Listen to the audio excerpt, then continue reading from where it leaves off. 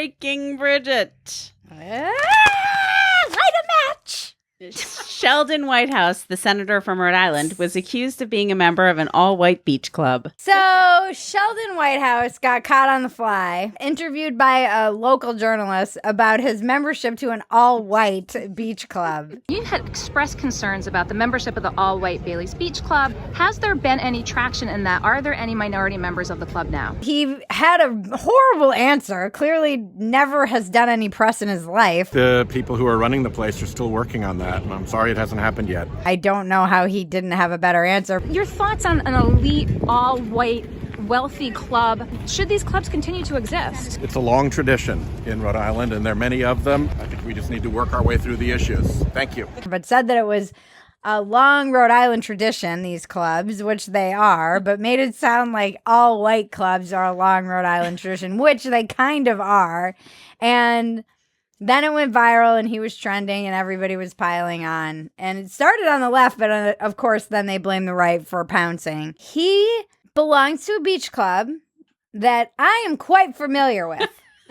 And there should have been a trigger alert on that story because there's a lot of childhood trauma for me when I hear the word Bailey's Beach, to the point that I still, at 40 years old, drive by that beach and flick it off. Like a child, a teenage child who was traumatized by the children at that beach.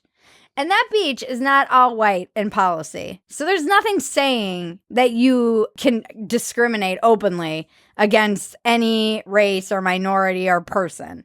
However, it is all white in practice. I was like creeped out at how the lack of diversity. When you come from LA, it's just diverse everywhere. And then you go to this beach club and all of the wait staff was Eastern European or Irish. It was like almost intentional. I say this knowing this as I have been there many times since I was 12 years old, and never once in my life have I seen a person of color at that beach. I dare them to even show 5 people of color who have been members of that beach. I promise you they cannot come up with even one hand's worth in the entire 100-year history of this club. I was like, yes, is this when Bailey's Beach goes down? I fucking hope so. I will be the first to light the match and burn that place down. I was like, bring it on! Take this beach club down! But what I love most is what you and Maggie told me was the name of the beach next door. Oh, so yeah, next to the beach, Bailey's is how I always say it. The name of the beach next door, colloquially, is called Rejects. Yeah. That's the name of there's like a tiny little cove that's public next to this sprawling like beach for white people, and it's called Rejects. And that's where we all hung out when we were like teenagers. And 2, for deep fans of PHETASY who know all the stories, the infamous Band-Aid story took place in the pool at that beach club.